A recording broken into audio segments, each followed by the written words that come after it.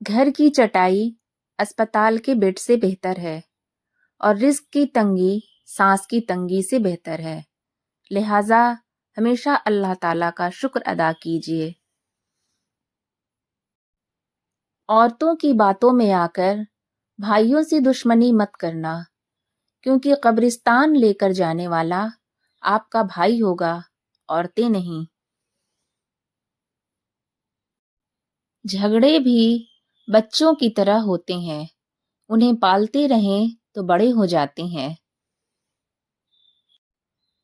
ہم ہمیشہ یہ سوچتے ہیں کہ دوسروں کی زندگی ہماری زندگی سے بہتر ہے، لیکن کبھی یہ نہیں سوچتے کہ ہم بھی اوروں کے لیے دوسرے ہیں۔ موت کے بعد کی تقسیم: روح ملک الموت لے جائے گا، مال وارث لے جائیں گے، گوشت کیڑے مکوڑے کھا جائیں گے، ہڈیاں مٹی کھا جائیں گے، نیکیاں قرض دار لے جائیں گے، ابن آدم ایمان شیطان نہ لے جائے۔ سیاست دان غریبوں کے لیے لڑتے لڑتے کھرب پتی بن گئے اور غریب فلاں زندہ باد فلاں مردہ باد کرتے کرتے بھوکے مرنے لگے۔ اپنی سوچ بدلیں اپنے بچوں کے مستقبل کی خاطر۔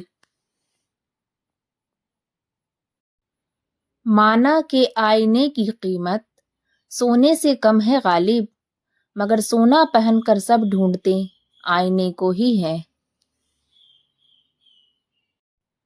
معیار یہ نہیں کہ آپ کو کتنے لوگ پسند کرتے ہیں، معیار یہ ہے کہ آپ کو کس طرح کے لوگ پسند کرتے ہیں۔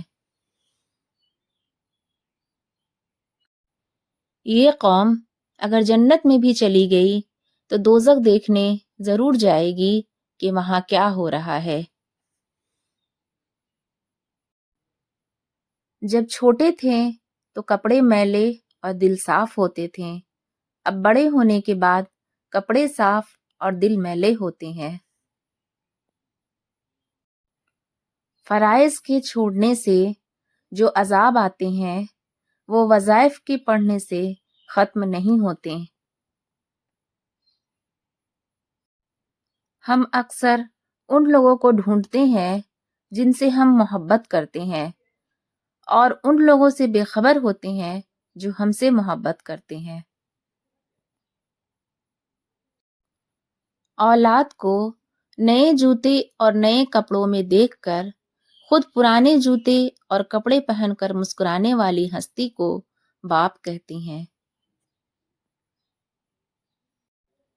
جب آپ کے دروازے پر کوئی مانگنے والا آ جائے تو اس کے جانے کے بعد رویا کرو، یا اللہ تیرا شکر ہے کہ مجھے دینے والا بنایا، مانگنے والا نہیں۔ یہ سچ نہیں کہ لوگ بوڑھے ہو جاتے ہیں تو خواب نہیں دیکھتے، بلکہ سچ یہ ہے کہ جب وہ خواب دیکھنا چھوڑ دیتے ہیں تو بوڑھے ہو جاتے ہیں۔ جس معاشرے میں امیر کی بد اخلاقی کو اس کا مذاق اور غریب کی خوش اخلاقی کو اس کی مجبوری سمجھ کر جواب دیا جائے، وہ انسانوں کا معاشرہ تو ہرگز نہیں ہو سکتا۔ کیا خوب تھے وہ بچپن کے دن جب 2 انگلیاں جوڑنے سے دوستی ہو جایا کرتی تھی، اب تو گلے ملنے کے بعد بھی منافقت نہیں جاتی۔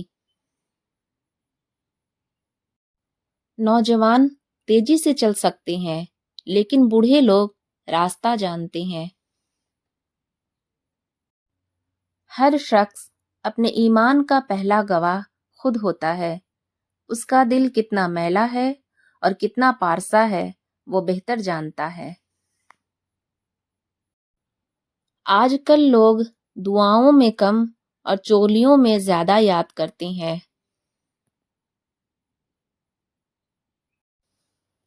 رسول اللہ صلی اللہ علیہ وسلم نے ارشاد فرمایا، جب کوئی شخص قرآن شریف پڑھتا ہے تو فرشتہ اس کے دونوں آنکھوں کے درمیان یعنی پیشانی کو احتراماً بوسہ دیتا ہے۔ رسول اللہ صلی اللہ علیہ وسلم نے فرمایا، میرے گھر اور میرے منبر کے درمیان جگہ جنت کے باغوں میں سے ایک باغ ہے، اور میرا منبر قیامت کے دن میرے حوض کوثر پر ہوگا۔ آپ دنیا کی تمام عورتوں کو برقع پہنا دیں، پھر بھی حساب اپنی آنکھوں کا دینا ہوگا۔ میں صرف اس کا ذمہ دار ہوں جو میں نے کہا، اس کا نہیں جو آپ نے سمجھا۔ جو عورت اپنے بچے کے رونے کی وجہ سے سو نہ سکے، اس کو 70 غلام آزاد کرنے کا ثواب ملتا ہے۔ لفظوں کے بھی ذائقے ہوتے ہیں، بولنے سے پہلے چکھ لیا کریں۔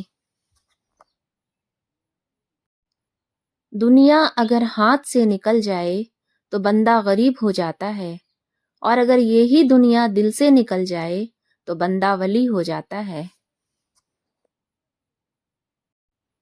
اپنوں سے اتنی شکایتیں مت کیا کیجیے، کہیں ایسا نہ ہو کہ شکایتوں کو دور کرتے کرتے وہ خود ہی آپ سے دور ہو جائیں۔